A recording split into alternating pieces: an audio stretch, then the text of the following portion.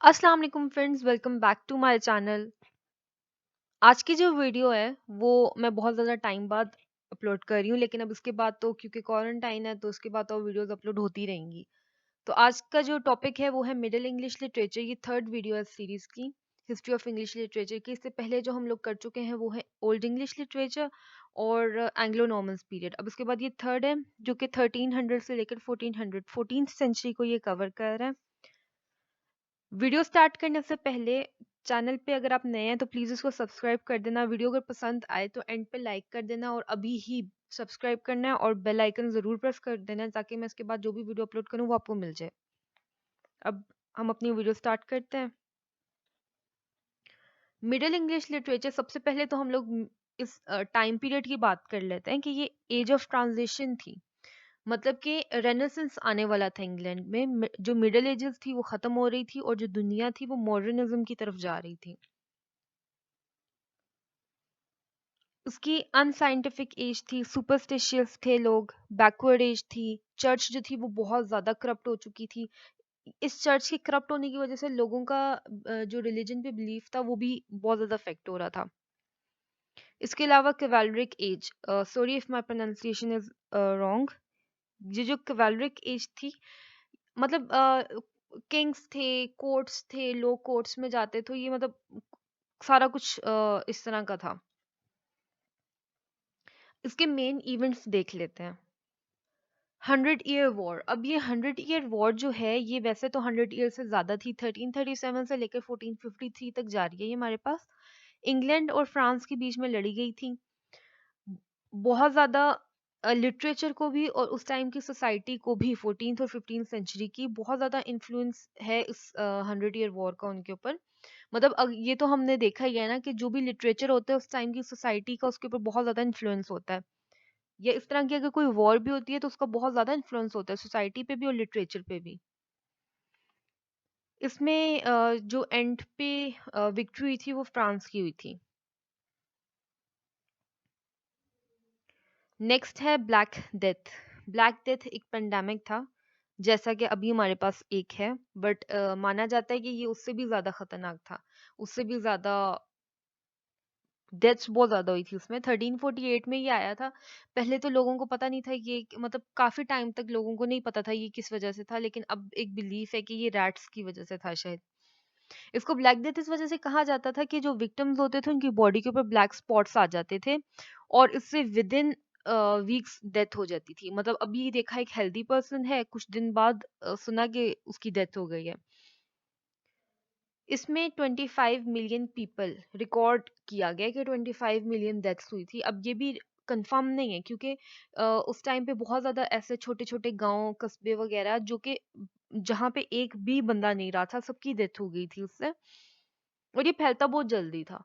तो और वो जो गाँव वगैरह थे जहाँ पे सबकी डेथ हो जाती थी, उनके भी रिकॉर्ड्स अब हमें मिलते हैं। मतलब लोग जंगलों वगैरह में जाते हैं तो उनको पूरे-पूरे गाँव वगैरह मिलते हैं जो कि बिल्कुल वीरान पड़े हुए हैं। 30% टोटल, अप्रोक्सीमेटली 30% यूरोप की जो पॉपुलेशन थी वो खत्म हो गई थी इसमें।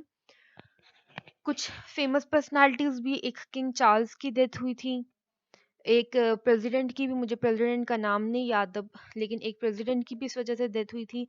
और शेक्सपियर, शेक्सपियर के बेटे हैमलेट, एक ही बेटा था उनका, उसकी डेथ हुई थी इसकी वजह से, ब्लैक डेथ की वजह से, हिस्टोरियंस का बिलीफ है।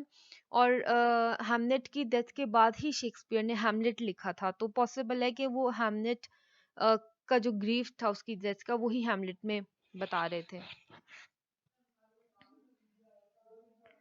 और जो नेक्स्ट मेन इवेंट है वो है द पीजेंट्स रिवोल्ट। ये एक सिविल वॉर थी जिसमें जो वर्कर्स ने किया था, रिबेल किया था। मतलब इंग्लिश हिस्ट्री में इसको सबसे बड़ा रिबेलियन कहा जाता है। 1381 में ये था। The socio economic system of England was hopelessly paralysed. यहाँ पे वर्कर्स बहुत ज़्यादा डिमांड कर रहे थे हायर वेजेस की, क्योंकि वहाँ पे उस टाइम पे एक फ्यूडल सिस्टम होता था। मतलब सोसाइटी डिफरेंट डिफरेंट कैटेगरीज में डिवाइडेड थी। अरिस्टोक्रेट्स थे, वर्किंग क्लास थी, इस तरह से हायर और लोअर क्लासेस में सोसाइटी बटी हुई थी। तो ये जो वर्कर्स थे ये तंग आ गए थे और ये डिमांड कर रहे थे अपनी हायर वेजेस के लिए। तो इस टाइम पे लेकिन जो अथॉरिटीज थी वो बिल्कुल तैयार नहीं थी इन कि इन डिमांड्स को एक्सेप्ट करने के लिए, बट लेटर उन्होंने भी मतलब उन्होंने भी रियलाइज़ किया कि नहीं, अब ये जो फ्यूडल सिस्टम है इसमें थोड़े से चेंजेस, थोड़े से अमेंडमेंट्स आने चाहिए, और बाद में उन्होंने इन वर्कर्स की डिमांड्स को भी मान लिया था। और ये वो टाइम था जब लोअर क्लासेस या वर्किंग क्लासेस ये फील करी थी कि अगर वो हार्ड वर्क करती हैं तो फ्यूचर में चलकर उनकी, या फिर उसी टाइम पे हार्डवर्क की वजह से उनकी जो लिविंग कंडीशंस हैं वो बहुत ज़्यादा अच्छी होंगी, और यही चीज़ आगे चल के रेनेसेंस को प्रमोट कर रही है।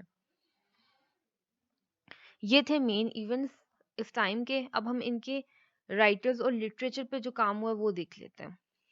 Geoffrey Chaucer, middle English literature को एज ऑफ चौसर भी कहा जाता है, क्योंकि ये सबसे बड़े इन्फ्लुएंसर थे इस एज के, जो वापस लेकर आए थे इंग्लिश पोइट्री को, इंग्लिश लिटरेचर को, जो कि खत्म हो चुका था। अभी यहाँ पे एंग्लो नॉर्मन्स पीरियड खत्म नहीं हुआ था, एंग्लो नॉर्मन्स एज ही चल रही थी इस टाइम पे, नॉर्मेडियंस अभी गए नहीं थे।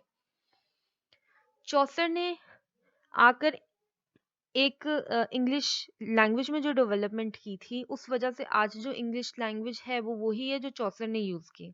वो हम देखते हैं कैसे। ये एक रॉयल कोर्टियर थे और पोएट थे। इनके जो एंसेस्टर्स थे वो शू मेकर्स थे, मतलब चौसर का मतलब होता है शू मेकर, तो शायद वो शू मेकर्स थे। फर्स्ट मेट्रिकल आर्टिस्ट थे।